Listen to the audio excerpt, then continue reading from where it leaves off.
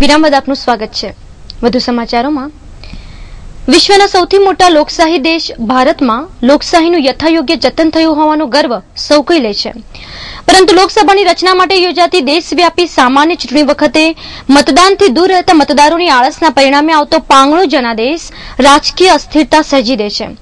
આવી સ્થિતિમાં આગામી 30મી એપ્રિલે ગુજરાતમાં યોજાનાર મતદાન દરમિયાન તમામ મતદારો તેમના મતાધિકારનો ઉપયોગ કરવા માટે સજાગ અને સક્રિય બને તે માટે નવનિર્માણ સેનાએ રાજ્યવ્યાપી જનજાગૃતિ અભિયાન હાથ ધર્યું છે।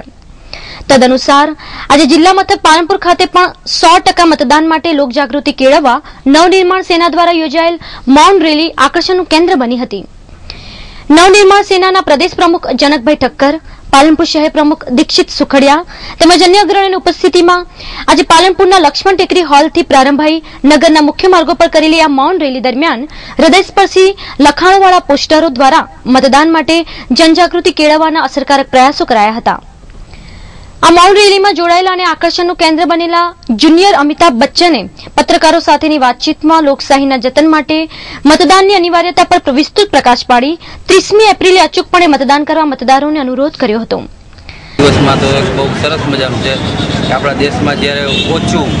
અને ક્યાંક 40% 35% એટલું મતદાન થતું હોય છે, પણ આજે એના માટે થઈને કે ભાઈ 80-90% ભલે 100% તો ન થાય, કોઈ એટલું તો કોઈ મહેનત કરે પણ ન થાય, પણ 80-90% જે બી મતદાન થાય એ મતદાનની